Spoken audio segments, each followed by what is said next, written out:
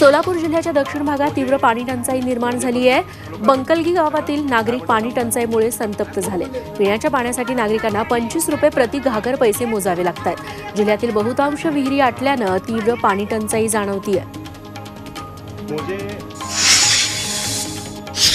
मुंबई महापालिका आयुक्त इक्बाल सिंग चहल, अतिरिक्त आयुक्त अश्विनी भिडे आणि पी वेला रसू यांच्या बदल्या आता अटळ आहेत। या तीनही प्रशासकीय अधिकाऱ्यांच्या बदल्या थांबवण्याची राज्य सरकारची विनंती निवडणूक आयोगाने फेटाळली आहे।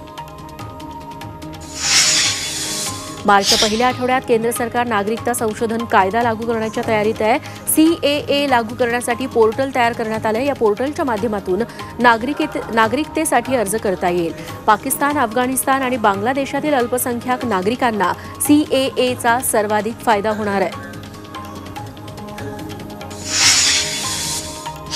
मुंबईतील अमृत नोनी आर्थो प्लस ये एक प्रूवन फॉर्मूला है। इसमें मौजूद नोनी फल के गुण और आयुर्वेदिक जड़ी बूटियां शरीर को जरूरी पोषक तत्व देने के साथ साथ हड्डियों और जोड़ों के घिसने, उनमें होने वाले सूजन और दर्द को रोकने में मदद करता है। दर्द मुक्त जीवन के लिए अमृत नोनी आर्थो प्लस। सायन पुलाचं पाडकाम पुन्हा पुढे ढकलण्यात आलंय।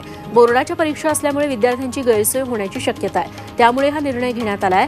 Eastern express highway, LBS road आणि धारावी माहीम वांद्रेला जोडणारा हा महत्त्वाचा पूल आहे। संभाजीनगरच्या उपळा कालीमठमध्ये नवरा नवरी लग्नासाठी थेट हेलिकॉप्टरमधून आले। विजय गायकवाड या शेतकऱ्यानं मुलाच्या लग्नात एंट्रीसाठी हेलिकॉप्टर लावलं। लग्न मंडपात नवरा नवरी हेलिकॉप्टरमधून आल्यानं त्यांच्या या अनोख्या एंट्रीची सगळीकडे चर्चा सुरू होती। बंद पडलेली नांदेड विमानसेवा सुरू होण्याचा मार्ग आता मोकळा झालाय। गेल्या 3 वर्षांपासून नांदेड विमानतळाचा परवाना रद्द केल्यामुळे विमान वाहतूक बंद होती। खासदार प्रताप चिखलीकर यांच्या पाठपुराव्यामुळे परवाना पूर्ववत करण्यात आलाय।